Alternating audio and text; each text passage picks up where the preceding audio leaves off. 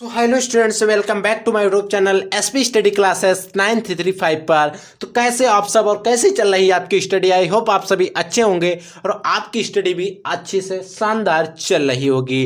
तो उसी स्टडी को और भी शानदार बनाने के लिए आज की इस वीडियो में हम लोग बात करेंगे क्लास 12 फिजिक्स के बारे में। स्टूडेंट, आज के इस वीडियो में हम बात करेंगे क्लास 12 फिजिक्स के बारे में। इस वीडियो के अंदर फिजिक्स के सबसे महत्वपूर्ण प्रश्नों को कवर करेंगे, यानी कि आपकी जो बुक है उसके वेरी मोस्ट इंपॉर्टेंट क्वेश्चंस को लेकर आए हैं आज के इस वीडियो में। तो इसीलिए आज की क्लास आपके लिए रामबाण सिद्ध होने वाली है। आप क्लास को पूरा जरूर विजिट करना, ताकि मैं कहता हूं आपके सभी क्वेश्चन जो है वो क्लियर हो सके। आप क्लास को पूरा देख कर ही जाना। अगर आपको बोर्ड एग्जाम में अच्छे नंबर लाने हैं, आपको पूरा वीडियो देखना ही चाहिए।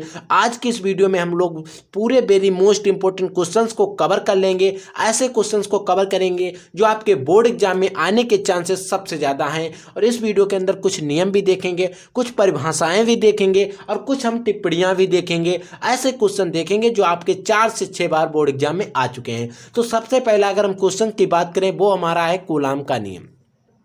यानी कि ऐसा तो है नहीं, आप लोगों को भी पता है कूलाम का नियम बोर्ड एग्जाम के अंदर कितने आता है, कितनी बार आ चुका है। तो हम कूलाम का नियम भी देखेंगे। इसी प्रकार से इंपॉर्टेंट क्वेश्चंस को भी हम कवर करेंगे। जैसे कि अगर हम बात करते हैं कूलाम का नियम, कूलाम का नियम क्या होता है? देखिए, आप कूलाम के नियम को समझिए। देखिए, कूलाम का नियम अगर हम इसका पहले बेसिक समझ लेते हैं। देखिए, कूलाम ने एक नियम दिया था जिसे कूलाम का नियम।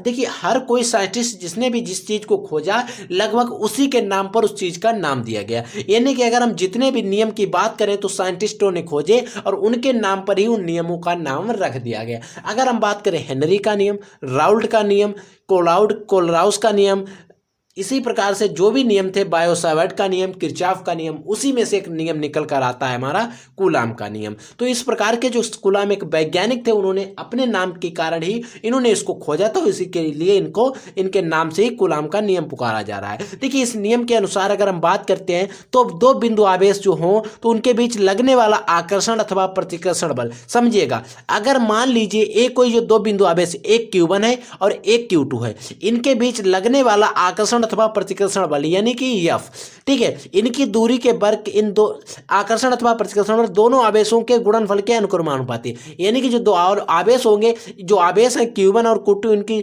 जो गुणनफल के क्या होंगे? अनुक्रमानुपाती। तथा बीच की दूरी के क्या होंगे? वर्ग के व्युत्क्रमानुपाती। यानी कि जो बीच की दूरी है इसके क्या होंगे? वर्ग के क्या होंगे? व्युत्क्रमानुपाती होंगे। तो हमने क्या किया? हाँ, हमने मान लिया इतना है। अब हमने क्या किया? अपनी मर्जी से इसको सिद्ध करना शुरू कर दिया। अब हम देखिए इसके आगे कैसे सिद्ध करते हैं। मैं पूरा स्क्रॉल कर दे रहा हूं, आप समझ लेना। देखिए, हमने मान लिया दो बिंदु आवेश क्या है हमारे, एक Q1 है और दूसरा Q2 है, जो एक दूसरे से स्मॉल r दूरी पर क्या है? स्थित है। इनके बीच लगने वाला बल, हमें पहला समीकरण मिला।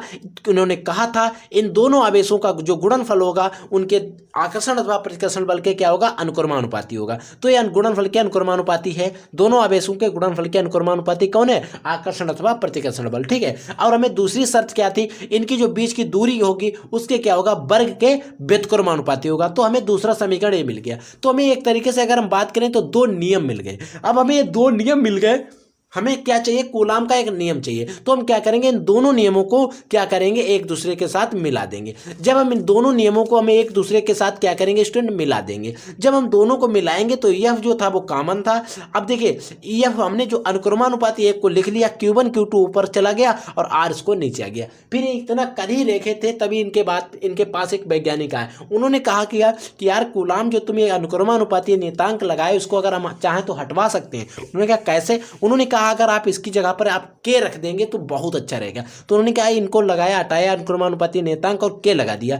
के लगाया तो उन्होंने एक साइंटिस्ट दूसरे आए, वैज्ञानिक दूसरे आए, उन्होंने कहा यार कूलाम में गलत बात है, आपने के तो रख दिया, अगर के का भी एक मान मिल जाए तो बहुत अच्छी बात। तो उन्होंने कहा, कूलाम ने कहा यार आप लोगों तो मेहनत करते हैं और साथ में हम भी करते हैं, आप हमें बताइए हम क्या करें। तो उन्होंने कहा के बराबर आप 1/4πε0 रख सकते हैं। तो उन्होंने क्या किया? के हटाया, के जो हटा था उसको हटा दिया और 1/4πε0 रख दिया। तभी एक वैज्ञानिक और आया, उन्होंने कहा अब तो तुमने सब कर ही लिया, तो एक चीज़ और चेंज कर दो। उन्होंने कहा क्या? कि आपने जो 1/4πε0 लिखा उसकी जगह पर 9 × 10⁻9 और लिख दो। तो उन्होंने कहा चलो हम लिख देते हैं। तो उन्होंने लिखा और सूत्र अच्छा लगा, तो उन्होंने कहा ये जो हमारा सूत्र है ये हमारा सूत्र आ गया। यही सूत्र जो है हमारे कूलाम का नियम कहलाएगा। चाहे आप इसको लिखिए और चाहे आप इसको लिखिए, दोनों सूत्र अच्छे हैं और आई होप तुम्हारा क्वेश्चन आपको अच्छे से समझ में आ गया। अब हम लोग बात करते हैं नेक्स्ट क्वेश्चन की। तो देखिए स्टूडेंट, नेक्स्ट क्वेश्चन क्या है कि वैद्युत द्विध्रुव क्या है, यानी कि जो वैद्युत द्विध्रुव होता है क्या होता है। देखिए अगर हम बात करें वैद्युत द्विध्रुव की, वह वैद्युत निकाय एक ऐसा वैद्युत निकाय जो बराबर परंतु जिसमें दो बराबर परंतु विपरीत प्रकार के बिंदु आवेश एक दूसरे से बहुत कम दूरी पर रखे हों, वैद्युत द्विध्रुव कहलाता है। यानी कि ऐसा निकाय जिसमें दो बराबर परंतु विपरीत प्रकार के आवेश होने चाहिए, वो एक दूसरे से बहुत कम दूरी पर रखे हों, ऐसा जो निकाय होगा उसे वैद्युत द्विध्रुव हम कहेंगे। ठीक है, नेक्स्ट क्वेश्चन है कि वैद्युत फ्लक्स की परिभाषा तथा मात्रक लिखना है। यानी कि वैद्युत फ्लक्स है उसकी हमें परिभाषा भी बताना है और इसका हमें मात्रक भी लिखना है। देखिए अगर हम बात करें वैद्युत फ्लक्स की परिभाषा की, तो किसी वैद्युत क्षेत्र में किसी क्षेत्रफल से अभिलंबवत क्या होगा, किसी वैद्युत क्षेत्र में किसी भी क्षेत्रफल से अभिलंबवत दिशा में गुजरने वाली वैद्युत बल रेखाओं की संख्या उस वैद्युत फ्लक्स कहलाती है। वैद्युत बल रेखाओं की जो संख्या होगी उसे वैद्युत फ्लक्स कहेंगे। अगर इसके मात्रक की हम बात करें तो इसका न्यूटन मीटर स्क्वायर प्रति कूलाम भी लिख सकते हैं, या आप चाहें तो वोल्ट मीटर लिख सकते हैं। कोई एक मान लिखेंगे, दोनों सही मान है। अब हम लोग बात करते हैं नेक्स्ट क्वेश्चन की। नेक्स्ट क्वेश्चन क्या है, समविभव पृष्ठ से क्या तात्पर्य है। समविभव पृष्ठ क्या होता है, किसी वैद्युत क्षेत्र में खींचा गया वह काल्पनिक पृष्ठ, कोई ऐसा वैद्युत क्षेत्र जिसमें खींचा गया वह काल्पनिक पृष्ठ जिसके सभी बिंदुओं पर क्या हो, विभव जो है वो समान हो, समविभव पृष्ठ कहलाएगा। ठीक है, बहुत साधारण डेफिनेशन है, आप इनको अच्छे से याद करेंगे। आगे हम आपकी न्यूमेरिकल डेरिवेशन की भी तैयारी अच्छे से कराएंगे। अब हम लोग बात करते हैं नेक्स्ट क्वेश्चन की। स्टूडेंट नेक्स्ट क्वेश्चन क्या है, देखिए नेक्स्ट क्वेश्चन है चुंबकीय यामोत्तर की परिभाषा दीजिए। जो चुंबकीय यामोत्तर होता है उसकी परिभाषा देना है। किसी स्थान पर अपने गुरुत्व केंद्र से स्वतंत्रता पूर्वक लटकाई गई चुंबक के चुंबकीय अक्ष से गुजरने वाले ऊर्ध्वाधर तल को क्या कहेंगे, चुंबकीय यामोत्तर कहेंगे। अब नेक्स्ट क्वेश्चन देखिए क्या है। नेक्स्ट क्वेश्चन है कि किसी ट्रांसफार्मर में लौह क्रोड की क्या उपयोगिता होती है। यानी कि कोई ट्रांसफार्मर हो उसमें जो लोहे की क्रोड लगी होती है उसकी उपयोगिता क्या होती है। अगर कोई भी ट्रांसफार्मर हो उसमें लौह क्रोड की उपयोगिता होती है, चुंबकीय फ्लक्स का मान जो होता है बढ़ाना होता है। क्या होता है, बढ़ाना। अब यहाँ पर एक क्वेश्चन आप समझ लीजिए, ऑब्जेक्टिव क्वेश्चन, हीरा क्वेश्चन। यानी कि अगर आपके बोर्ड एग्जाम में आ जाए किसी ट्रांसफार्मर में लौह क्रोड की उपयोगिता चुंबकीय फ्लक्स के मान में परिवर्तन करने के अनुसार होती है, बढ़ाता है, घटाता है, नहीं परिवर्तित करता है, या परिवर्तित ही नहीं करता है, या सेम रहता है, बराबर रहता है, तो वहां पर एक ऑप्शन मिलेगा उसका मान जो बढ़ाता है। इससे रिलेटेड अगर क्वेश्चन मिलता है, ट्रांसफार्मर में लौह क्रोड की उपयोगिता होती है क्या, चुंबकीय फ्लक्स के मान को बढ़ाना। आई होप एक क्वेश्चन आपको समझ में आ रहा है। अब हम लोग बात करते हैं नेक्स्ट क्वेश्चन की। देखिए स्टूडेंट नेक्स्ट क्वेश्चन क्या है, स्वप्रेरण गुणांक की परिभाषा दीजिए तथा इसका मात्रक बताइए। स्वप्रेरण गुणांक जो है उसकी हमें परिभाषा देनी है और इसका मात्रक बताना है। देखिए किसी कुंडली का स्वप्रेरण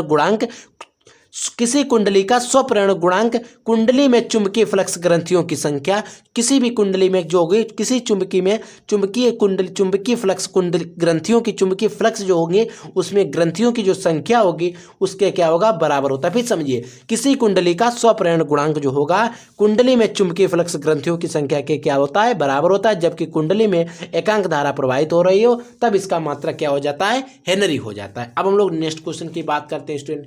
नेक्स्ट क्वेश्चन क्या है, नमन कोण या नति कोण को परिभाषित करना है। यानी कि आपको नमन कोण या नति कोण की परिभाषा लिखना है। अगर हम बात करते हैं कि नमन कोण या नति कोण की, तो किसी स्थान पर पृथ्वी की संपूर्ण चुंबकीय क्षेत्र की तीव्रता, कोई एक पार्टिकुलर एरिया है उसमें पृथ्वी की संपूर्ण चुंबकीय क्षेत्र की तीव्रता जो होगी चुंबकीय यामोत्तर में स्थित क्षैतिज रेखा के साथ जो कोण बनाती है उसे नमन कोण या हम नति कोण कहते हैं। तो आई होप ये छोटा सा वीडियो आपको बहुत पसंद आया होगा। अगर आपको वीडियो पसंद आया तो वीडियो को लाइक कर देना, चैनल पर नए तो चैनल को सब्सक्राइब कर लेना, क्योंकि इस चैनल पर आपको आपके बोर्ड एग्जाम से रिलेटेड अच्छे से अच्छे क्वेश्चन की तैयारी कराई जाती है। अगर आप लोगों ने अभी तक हमारे डेरिवेशन के वीडियो, न्यूमेरिकल के वीडियो नहीं देखे हैं तो आप चैनल पर जाकर हमारे वीडियो देख सकते हैं। वहां पर डेरिवेशन और न्यूमेरिकल की तैयारी बेहतर ढंग से कराई गई है और मैं आपकी आगे भी तैयारी कराता रहूंगा। कल आपको एक वीडियो मिलेगा जिसमें मैं आपकी तैयारी कराऊंगा most important derivation, most important numerical की। तो आज के लिए इस तरह पढ़ते रहिए, आगे बढ़ते रहिए। जय हिंद, वंदे मातरम।